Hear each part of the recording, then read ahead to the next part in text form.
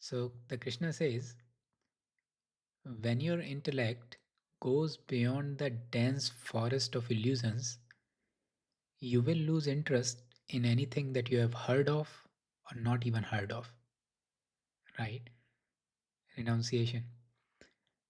So when your intellect goes beyond the dense forest of illusions, right? So there is so many things outside that we are keep getting attached to, right? There is a group of people who are attached to bird watching, right? For you it doesn't make any sense, right? But for somebody they are attached to it.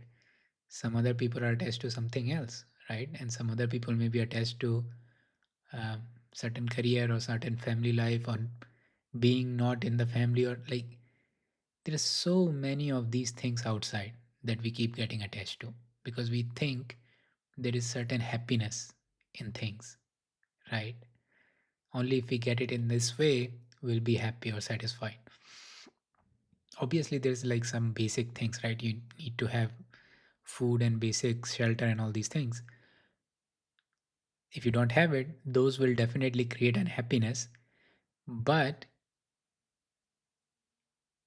most of us are chasing something in the hope of finding some sort of lasting satisfaction and happiness, right?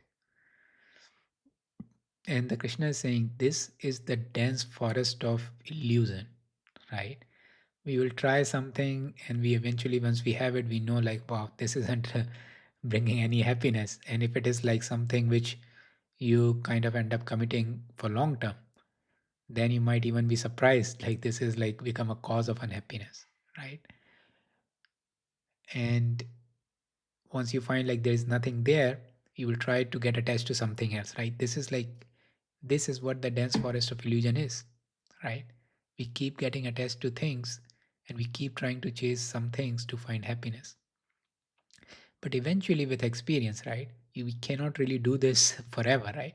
We only need like maybe 6 7 rounds of this cycle to realize this isn't going to work, right?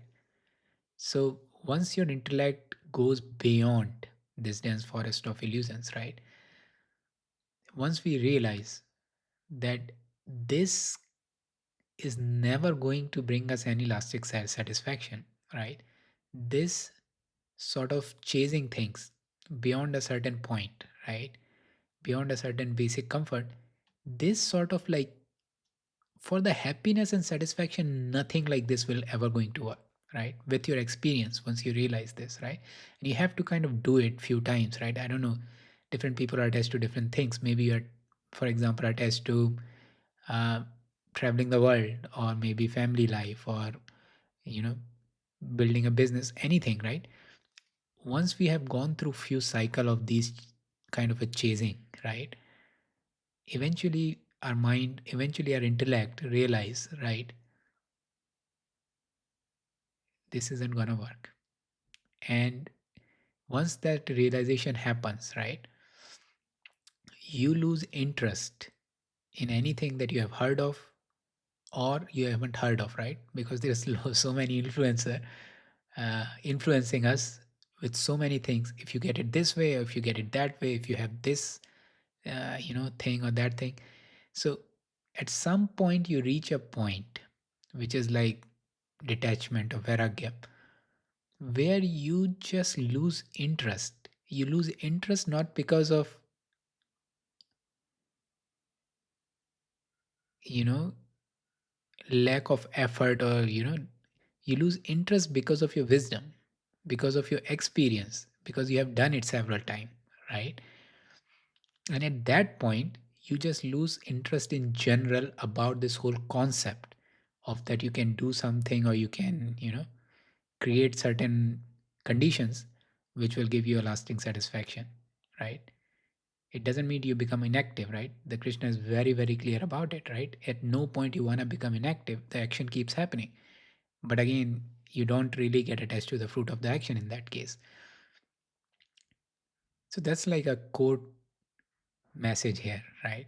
Eventually you reach a point where you become free from any sort of influence around. You can get a satisfaction or happiness lasting through arranging life in certain ways, and at that point you don't really listen or care about these external influencers, right?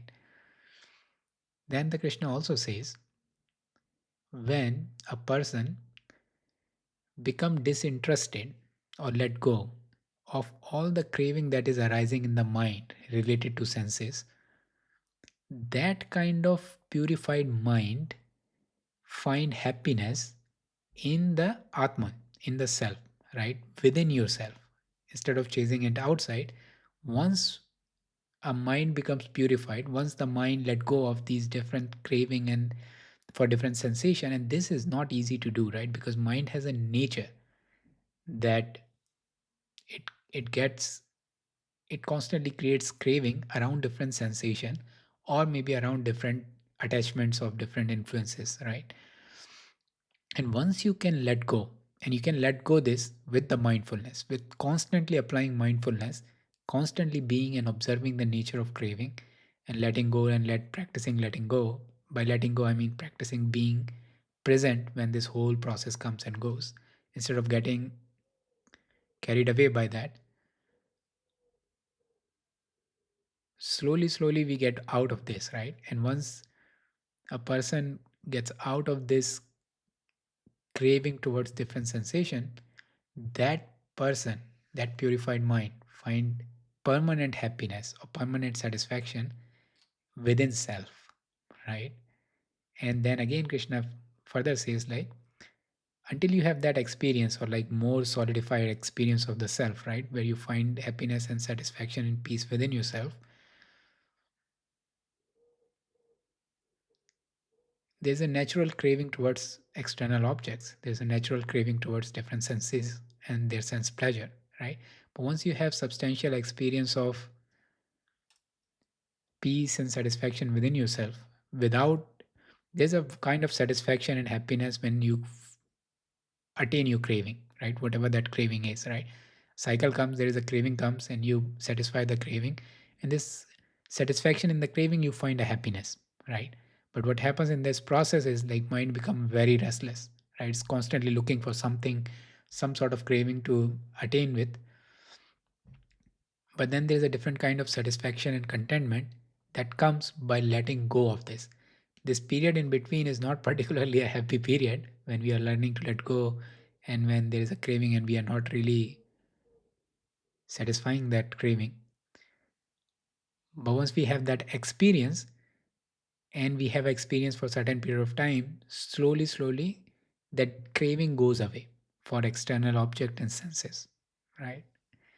And that kind of mind get firmly established into the wisdom, because everything else, right, you can see very clearly what is going on in the world from that state, because actually everything else is the same. It's attachment towards certain object, and the craving, and then expectation that this craving will finally give me the happiness, peace and satisfaction, which is never going to give it to you, right? But when we somebody is more deeply rooted and finding contentment and satisfaction within self, and not really looking for within the external objects certain kind of satisfaction and happiness, that person becomes wise, because at that stage you can see why anybody is doing anything, right? And you find the peace and satisfaction within yourself.